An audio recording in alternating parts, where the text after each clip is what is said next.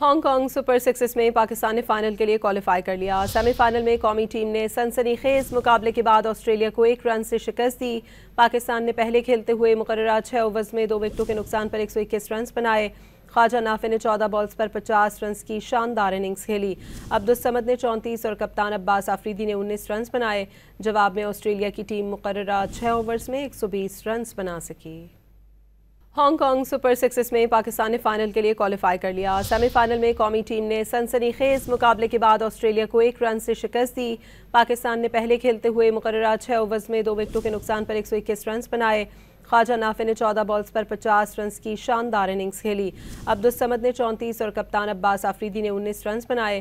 جواب میں آسٹریلیا کی ٹیم مقررہ 6 اوورز میں 120 رنز بنا سکی۔ ہانگ کانگ سپر سکسز میں پاکستان نے فائنل کے لیے کوالیفائی کر لیا۔ سیمی فائنل میں قومی ٹیم نے سنسنی خیز مقابلے کے بعد آسٹریلیا کو 1 رن سے شکست دی۔ پاکستان نے پہلے کھیلتے ہوئے مقررہ 6 اوورز میں 2 وکٹوں کے نقصان پر 121 رنز بنائے۔ خواجہ نافع نے 14 بالز پر 50 رنز کی شاندار اننگز کھیلی۔ عبدالصمد نے 34 اور کپتان عباس آفریدی نے 19 رنز بنائے۔